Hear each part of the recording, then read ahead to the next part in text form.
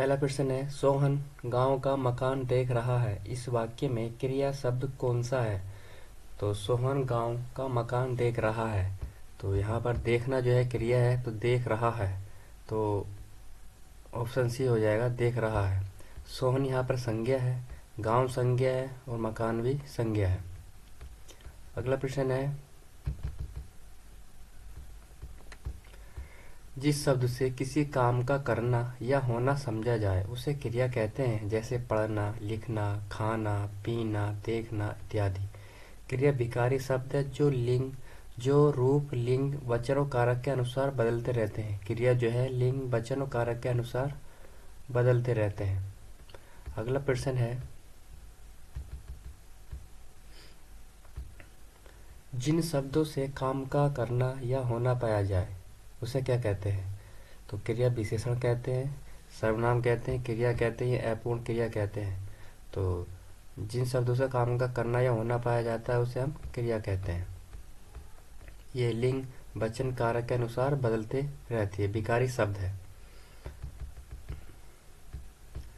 जिन शब्दों से कार्य का होना या पाया जाए उन्हें क्रिया कहते हैं। क्रिया के मूल रूप को धातु कहते हैं। मूल धातु में प्रत्यय लगाकर क्रिया का निर्माण होता है। मूल धातु में प्रत्यय लगाकर क्रिया का निर्माण किया जाता है। जैसे धातु है, जैसे पढ़, तो इसमें प्रत्यय लगाकर पढ़ना क्रिया का रूप।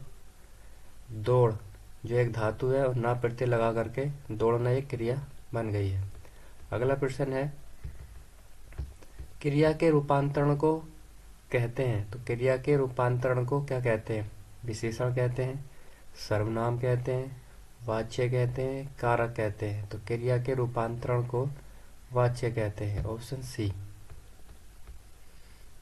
अगला प्रश्न है, क्रिया के रूपांतरण को वाच्य कहते हैं। क्रिया मुख्यतः दो प्रकार की होती है, सकर्मक क्रिया और अकर्मक क्रिया। कर्म के आधार पर क्रिया दो प्रकार की होती है, अकर्मक और सकर्मक। अगला प्रश्न है, रचना की दृष्टि से क्रिया के भेद हैं। तो 3 है, 2 है, 4 है या 5 है। तो रचना की दृष्टि से हो या कर्म के आधार पर हो, क्रिया के दो भेद होते हैं, अकर्मक और सकर्मक। तो ऑप्शन हमारा बी हो जाएगा। रचना की दृष्टि क्रिया के सामान्यतः दो भेद होते हैं, सकर्मक क्रिया और अकर्मक क्रिया। जिसमें कर्म की प्रधानता हो उसे सकर्मक कहते हैं, जिसमें कर्म ना हो उसे अकर्मक क्रिया कहते हैं। सकर्मक क्रिया उसे कहते हैं जिसका कर्म हो या जिसके साथ कर्म की संभावना हो, अर्थात जिस क्रिया के व्यापार का संचालन तो कर्ता से हो पर उसका फल या प्रभाव किसी दूसरे व्यक्ति या वस्तु अर्थात कर्म पर पड़े, उसे सकर्मक कहते हैं। उदाहरणतः श्याम आम खाता है, तो इस वाक्य में श्याम करता है और खाने के साथ उसका कृत रूप से संबंध है। प्रश्न होता है क्या खाता है, तो उत्तर है आम खाता है। तो यहाँ पर श्याम के खाने का फल काम पर अर्थात कर्म पर पड़ता है, इसलिए खाना क्रिया सकर्मक है। और अकर्मक क्रिया का उदाहरण है, जिन क्रियाओं का व्यापार और फल कर्ता पर हो वे अकर्मक क्रिया कहलाती हैं। अकर्मक क्रियाओं का कर्म नहीं होता, क्रिया का व्यापार और फल दूसरे पर न पड़ करके कर्ता पर ही पड़ता है। उदाहरण के लिए श्याम सोता है, इसमें सोना क्रिया अकर्मक है। अगला प्रश्न है, मुख्य क्रिया के अर्थ को स्पष्ट करने वाली क्रिया को क्या कहते हैं? मुख्य क्रिया के अर्थ को स्पष्ट करने वाली क्रिया को क्या कहते हैं? नाम बोधक क्रिया, प्रेरणार्थक क्रिया, नाम धातु क्रिया या सहायक क्रिया। तो उसको हम सहायक क्रिया कहते हैं। मुख्य क्रिया के अर्थ को स्पष्ट करने वाली क्रिया को हम सहायक क्रिया कहते हैं। अगला प्रश्न है, मुख्य क्रिया के अर्थ को स्पष्ट करने वाली क्रिया को सहायक क्रिया कहते हैं, जैसे है, था, रहे हैं, थे इत्यादि। तुम खेल रहे थे, सूर्य चिल्ला रहा था। उपयुक्त उदाहरण में खेलना और चिल्लाना मुख्य क्रिया है, जबकि रहे थे, रहा है सहायक क्रिया है। अगला प्रश्न है, इनमें से क्रिया के किस रूप में कर्ता के अनुसार लिंग परिवर्तन नहीं होता? इनमें से क्रिया के किस रूप में कर्ता के अनुसार लिंग परिवर्तन नहीं होता? भविष्यकालिक रूप में, भूतकालिक रूप में, आज्ञार्थक रूप में या वर्तमान कालिक रूप में। तो इसका उचित ऑप्शन हमारा कौन सा है? ऑप्शन बी भूतकालिक रूप में, क्रिया के भूतकालिक रूप में कर्ता के अनुसार लिंग परिवर्तन नहीं होता। ऑप्शन हमारा बी हो जाएगा। जैसे राम ने रोटी खाई थी, सीता ने खाना खा लिया था। तो उसमें जो है क्रिया कर्ता के अनुसार नहीं बदल रही क्योंकि ये भूतकाल में है। रोटी खाई थी, सीता ने खाना खाया था, यहाँ पर कर्ता है और यहाँ पर जो है स्त्रीलिंग है, खाई थी, रोटी खाई थी। तो कर्म के अनुसार क्रिया आ रही है, ना कि कर्ता के अनुसार। तो ये भूतकाल में है इसी वजह से। अगला प्रश्न है, क्रिया के संबंध में इनमें से कौन सा कथन सही है? क्रिया के संबंध में इनमें से कौन सा कथन सही है? क्रिया अविकारी शब्द है। ऑप्शन बी क्रियापद के उस अंश को धातु कहते हैं जो किसी क्रिया के विकारी रूप में पाया जाता है। या ऑप्शन सी क्रियापद के उस अंश को धातु कहते हैं जो किसी क्रिया के प्राय सभी रूपों में पाया जाता है। या ऑप्शन डी उपरोक्त में से कोई नहीं। तो क्रिया के संबंध में इनमें से कौन सा कथन सही है? क्रिया अविकारी है। क्रिया विकारी और अविकारी दोनों होती है। क्रियापद के उस अंश को धातु कहते हैं जो किसी क्रिया के विकारी रूप में पाया जाता है। क्रियापद के उस अंश को धातु कहते हैं। तो इसका उचित ऑप्शन हमारा कौन सा हो जाएगा? तो इसका उचित ऑप्शन हमारा सी हो जाएगा। क्रियापद के उस अंश को धातु कहते हैं जो किसी क्रिया के प्राय सभी रूपों में पाया जाता है। ऑप्शन हमारा सी हो जाएगा। क्रिया के पद परिचय में इनमें से क्या क्या होता है? ऑप्शन ए क्रिया का प्रकार, वाच्य, पुरुष। या ऑप्शन बी लिंग, वचन, काल। या ऑप्शन सी वह शब्द जिससे क्रिया का संबंध है। या ऑप्शन डी उपयुक्त सभी। तो क्रिया के पद परिचय में इनमें से क्या क्या होता है? तो क्रिया का प्रकार भी होता है, वाच्य भी होता है, पुरुष भी होता है, लिंग भी होता है, वचन, काल। वह शब्द क्रिया का संबंध होता है। तो ऑप्शन डी हो जाएगा, उपयुक्त सभी जो है क्रिया का पद परिचय है। अगला प्रश्न, टहलना एक अच्छा व्यायाम है, मैं टहलना क्या है? तो ऑप्शन ए क्रियात्मक संज्ञा है। ऑप्शन बी संज्ञा है। ऑप्शन सी विशेषण है। या ऑप्शन डी क्रिया है। तो टहलना एक अच्छा व्यायाम है। तो टहलना एक अच्छा व्यायाम है, संज्ञा के रूप में क्रियात्मक संज्ञा है। ऑप्शन ए यहाँ पर संज्ञा के तौर पर प्रयुक्त हुआ है। टहलना क्रियार्थक संज्ञा है। Option A. अगला प्रश्न है, क्रियात्मक संज्ञा से तात्पर्य संज्ञा के उस रूप से है जिसमें क्रिया संज्ञा की तरह व्यवहार में लाई जाती है। तो ऐसी क्रिया को क्रियात्मक संज्ञा कहते हैं। क्रियात्मक संज्ञा हमेशा एक वचन एवं पुल्लिंग रूप में होती है। उदाहरण के लिए टहलना एक अच्छा व्यायाम है, यहाँ पर टहलना एक क्रियात्मक संज्ञा है जो एक वचन पुल्लिंग के रूप में है। अगला प्रश्न है, मूल अकर्मक धातु के साथ प्रत्यय जोड़कर बनाई गई क्रिया कौन सी धातु कहलाती है? मूल अकर्मक धातुओं के साथ प्रत्यय जोड़कर बनाई गई क्रिया कौन सी धातु कहलाती है? द्विकर्मक धातु, साधिक सकर्मक धातु, संयुक्त धातु, समस्त धातु। तो वह साधित सकर्मक धातु कहलाती है। अगला प्रश्न है, तुम्हारा आना खुशी की बात है। तुम्हारा आना खुशी की बात है, वाक्य में आना क्या है? क्रिया है, शब्द है, संज्ञा है, विशेषण है, इनमें से कोई नहीं। तो आना जो है क्रिया है। Option A. अगला प्रश्न है,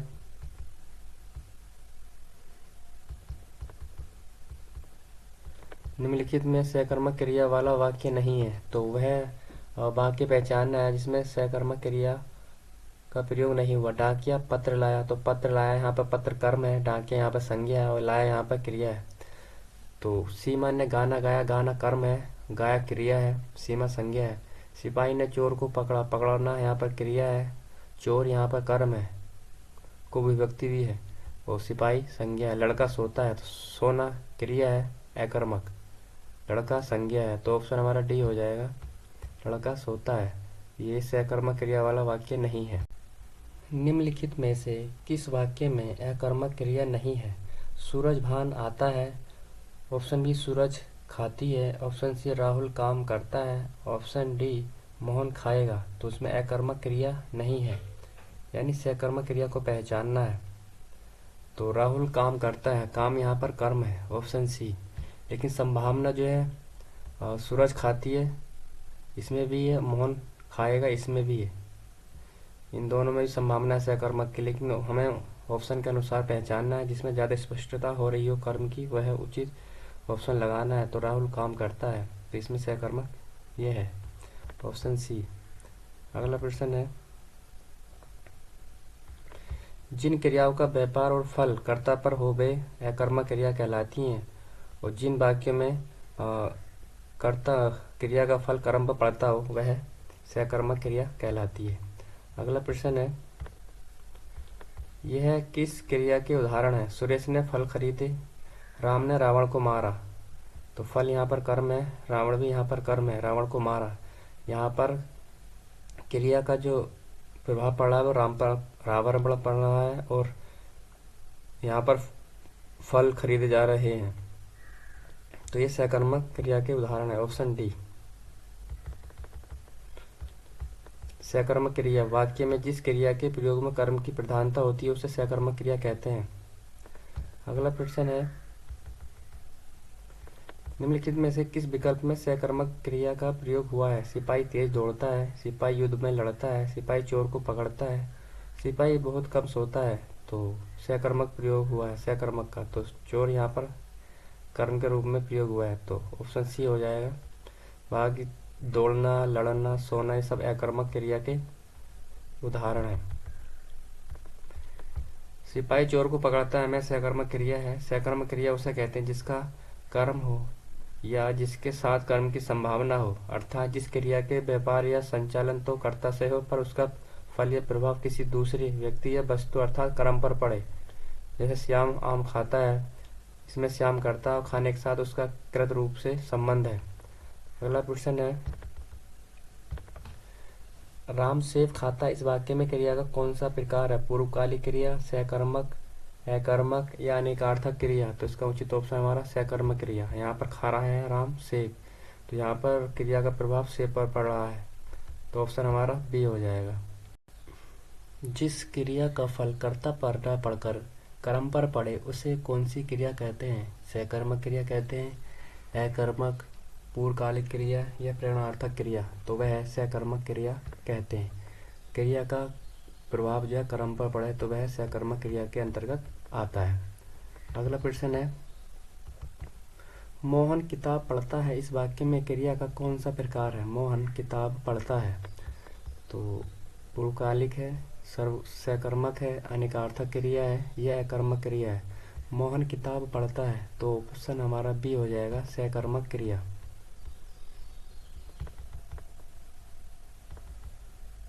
मोहन बाजार पहुंच गया, इस वाक्य में क्रिया का कौन सा प्रकार है? अनेकार्थक क्रिया, पूर्वकालिक क्रिया, अकर्मक या सकर्मक? तो ऑप्शन हमारा डी हो जाएगा सकर्मक।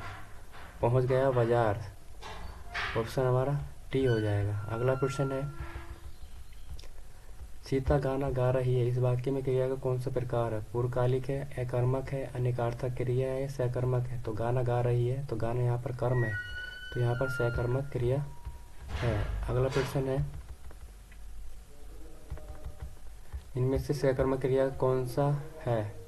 तो सकर्मक क्रिया का वाक्य कौन सा है? बालक खिलौना पाकर हंसता है, बालिका निबंध लिख रही है, मंदाकिनी सोती है, पक्षी आकाश में उड़ते हैं। तो उड़ना अकर्मक है, सोना अकर्मक है, हंसना अकर्मक है, लिखना जो है सकर्मक है। तो ऑप्शन हमारा बी हो जाएगा, ऑप्शन बी इसका।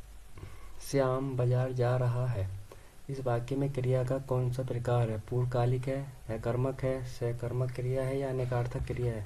तो श्याम बाजार जा रहा है, ये सकर्मक क्रिया है, ऑप्शन हमारा सी हो जाएगा। सकर्मक क्रिया का प्रयोग हुआ है, जिस वाक्य में कर्ता द्वारा किए गए कार्य का परिणाम कर्म पर पड़ता है उसे सकर्मक क्रिया कहते हैं। श्याम बाजार जा रहा है, इस वाक्य में कर्ता श्याम है, द्वारा जाने की क्रिया हो रही है जिसका परिणाम कर्म यानी बाजार पर पड़ रहा है, इस वाक्य में सकर्मक क्रिया का प्रयोग हुआ है। इनमें से सकर्मक क्रिया का उदाहरण कौन सा है? श्याम बहुत तेज दौड़ता है, ये अकर्मक है, मोहन खाता है, ये सकर्मक है, ऑप्शन सी। सोहन केला खाता है, ये भी सकर्मक है, राम तेज दौड़ता है, ये अकर्मक है। तो यहाँ पर ए और डी अकर्मक है और मोहन खाता है, तो यहाँ कर्म दिया नहीं है, लेकिन इस पर कर्म की संभावना है, तो ऑप्शन हमारे बी और सी होने चाहिए, लेकिन हमें ऑप्शन ए देखना है केवल। तो यहाँ पर दे रखा है केला कर्म स्पष्ट रूप से यहाँ पर छुपा रखा है, तो ऑप्शन हमारा सी हो जाएगा। लेकिन यहाँ पर बी भी एक सकर्मक क्रिया का उदाहरण है। लेकिन हमें इन चारों में जो उचित ऑप्शन है वो पहचानना है, उसे लगाना है। तो ऑप्शन हमारा सी हो जाएगा, सोहन केला खाता है। राम श्याम की किताब पढ़ता है, इस वाक्य में क्रिया का कौन सा प्रकार है? राम श्याम की किताब पढ़ता है अकर्मक है, अनिकार्थी है, पूर्णकालिक है, सकर्मक है। तो ऑप्शन डी हो जाएगा, ये सकर्मक का उदाहरण है। किताब यहाँ पर कर्म है और पढ़ना यहाँ पर क्रिया है। निम्नलिखित में से किस वाक्य में सकर्मक क्रिया है? राम दौड़ता है, राम रुक गया, उसने कार भेज दी, खिलौना टूट गया। तो ऑप्शन हमारा सी हो जाएगा, ये सकर्मक का उदाहरण है। खिलौना टूट गया, खिलौने यहाँ पर संज्ञा है, टूटना क्रिया है। तो यहाँ कर्म की कोई प्रधानता है ही नहीं, कर्म है ही नहीं। यहाँ पर रुकना क्रिया है और राम दौड़ रहा है, तो यहाँ पर भी क्रिया है। तो ऑप्शन हमारा सी हो जाएगा। बालक इस पुस्तकालय में पढ़ रहा है, वाक्य में क्रिया का कौन सा भेद है? संयुक्त क्रिया, सहायक क्रिया, अकर्मक क्रिया, सकर्मक क्रिया। बालक इस पुस्तकालय में, तो इसमें कौन सा उचित ऑप्शन है हमारा? बालक इस पुस्तकालय में पढ़ रहा है, वाक्य में क्रिया का कौन सा रूप हुआ? अकर्मक, सकर्मक। तो इसका उचित ऑप्शन है सकर्मक, पढ़ रहा है।